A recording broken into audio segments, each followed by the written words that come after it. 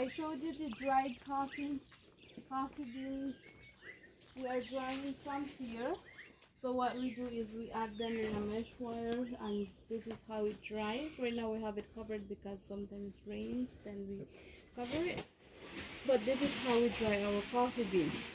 Drying, then we shell by using this here. This is dark roast that we are taking there. Fresh roast. Fresh Yeah. roast. Yeah. So dried shell, what we do, we have been, when we start on our business, we said, okay, we want to concentrate on culture, tradition, and food security. So everything we have been doing with this process has been, we have been using it before. For instance, this, we have been using this for cassava, coconut oil to make coconut oil, then some have been using it for rice, and so this has been here before, so now we're using it for coffee. We add the coffee, dried coffee here, then this handle here, normally we start with this one, but because it's not enough, then we'll use this one here. So what we do is we add some pressure, and this is how we start to shell our coffee. We need to make sure that our coffee is dry so it doesn't break the bean. So if we don't let them dry that much, then it breaks the bean when we shell. So here you can see it starts to shell. Ready to start it to shell here. See? Started to take out the shell. So until we see that majority is already shelled like this here, that's when we stop shelling. So there you go, you can try. We'll put you to work today.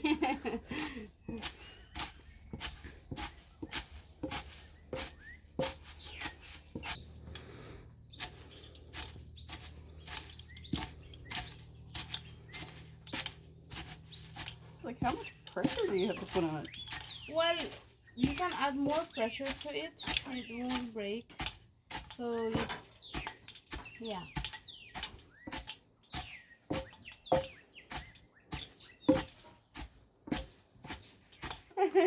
Like so, see? Majority is already shelled now. Okay. Majority is shelled. So this is how we shell our coffee. So after this, then we clean when majority is already shelled. What we do when it comes to clean, we stay with this. We stay with a lot of the shell. Can you see it? We stay a lot with a lot of the shell. So we need to clean this. We wait until we have when the wind is blowing, so we can clean this. So what we do is we add a tarp underneath, then we just start to do it this way. And then when the wind is blowing, it helps us by blowing away all the shell, and then we stay only with the coffee bean. And then we need to pick, like this one is not shelled, so we add them where it's not shelled, and then we stay only with the good coffee bean. So this is how we clean our coffee. So you saw the roasting part where they were roasting. So this is how we roast our roaster. So after this, then we roast. These are Jason roasting with fire. This is the little door here where they add the coffee bean. Just sit down there and turn constantly. So that's how we'll be roasting. We try to roast every 3 days so we can have fresh roast, and if we need to roast the next day, then we roast again. After roasting, we have the dark roast. This is the dark roast here. Okay.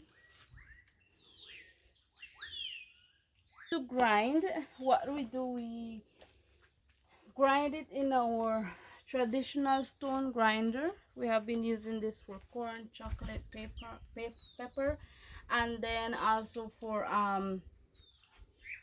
some medicine. So we have been grinding here. What we do is we add the coffee bean. This is how the turkey helps. We put it together, and the stone we add. You use this? Have you used it No. before? No. No. So what we do is we add the stone here on top of the coffee bean. We need to add some pressure, not too much. Then take it in front and bring it back. But when we take it in front, we lift up this side, and with this side we take some coffee beans, take it in front, and then we bring it back by lifting up this side and putting this side and bringing back the coffee bean.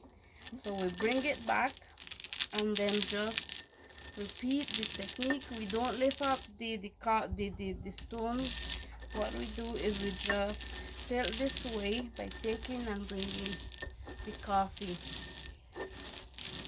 and you see now it's grinding,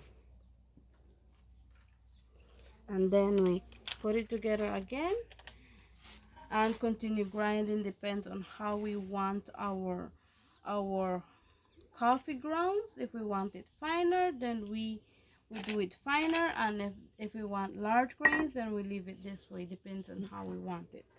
So leave this here for you so you can try. And then lift up. Yes, correct. There you go. Yeah, you got the technique. Actually pretty easy. Yeah. Meanwhile, you get the technique then- on how to grind it, then it's easy.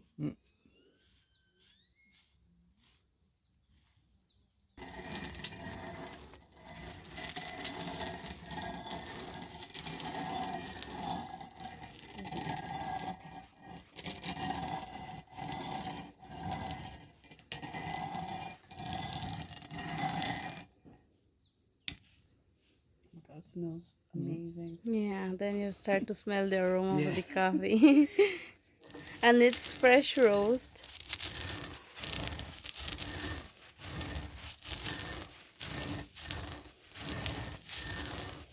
Take many orders for beans. Yes, Like we oil. have been. Would we supply for like for the resorts? They ask for us in whole bean, and Yep. then they grind it.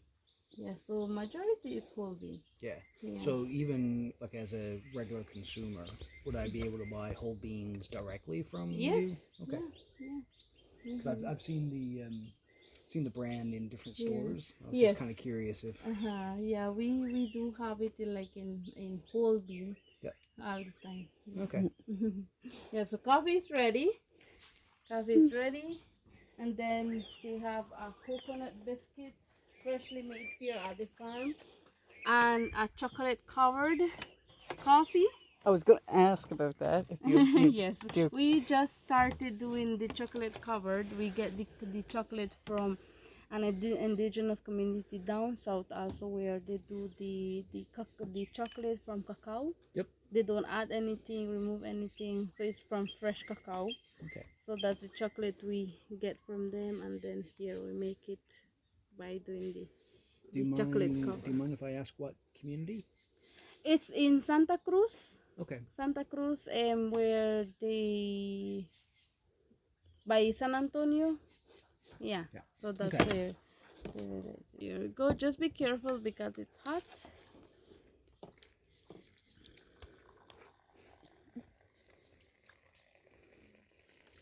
Then we have sugar here if you want some sugar. Thank you. You're welcome. Try it without first, and then Yeah. Package here. This is our package. We have the dark roast and the medium roast. That's the two roasts we do. The dark and the medium roast. So when we decided to start to do the coffee business, it started in 2017 when we started to think, okay, we want to do a business. But we didn't say, okay, we'll do a coffee business. So we started to may think on, okay, maybe a grocery shop, a hardware, or different business. But we didn't want a business to compete in our to our community, to our neighbors. We didn't want to compete with anyone, and also we wanted something where we can use our culture, tradition, and then the food security and give back to our community about the business we want to do. And then we said, okay, we have coffee, why not do coffee? We have noticed that with the coffee we can give back to our community when it comes to where we started to share the coffee plants. The coffee plants, they grow in their coffee plants and we purchase them for them. It's something that helps them when it comes to finance. And then for jobs for our community, for our villagers, keep it this way and give more jobs to them, because a job now that someone doesn't have like a study, or it's a bit difficult. So we said, okay, that's one way, other way we can help our community. So we said, okay, coffee, we'll do the coffee. We have enough to supply our villages, our community. That's when we start on doing the coffee business. But then they said, okay, you need a package, you need a logo, and then you need a name. We came back here, what name do we, or how do we name our coffee? We thought on my dad's name, our last name, but we said we want to bring back a piece of the history that has been lost. Our language is something that has been lost little by little, has been forgotten, something that's not practiced too much. And then our culture also in the village. The original name, we decided to name it as Oxmul because that was the original name of the village. Oxmul. The first persons that came or found the village, there were 3 Mayan ruins in the village. But then religious came in, they removed one of the ruins and built the church there. And to honor Saint Anthony, they name it as San Antonio. And that's how they changed it to Oshmulka to San Antonio. And then we said, okay, let's bring back the name. It has been forgotten, let's bring back the name. And that's how we decided to name it as Oshmul, which means Oshmul is OX, the Osh is number 3 in Yucatec Mayan, and then Mul is Mayan ruin, and then Ka is community. So 3 Mayan ruins in the community. So that's the meaning of Oshmulka in Yucatec Mayan. And then the logo is the Mayan calendar, because we use the traditional farming system for growing our crops for coffee, where we use the different moon phases, the different climate, the different. So that's how we decided our logo, and then a slogan, from the tree to the cup.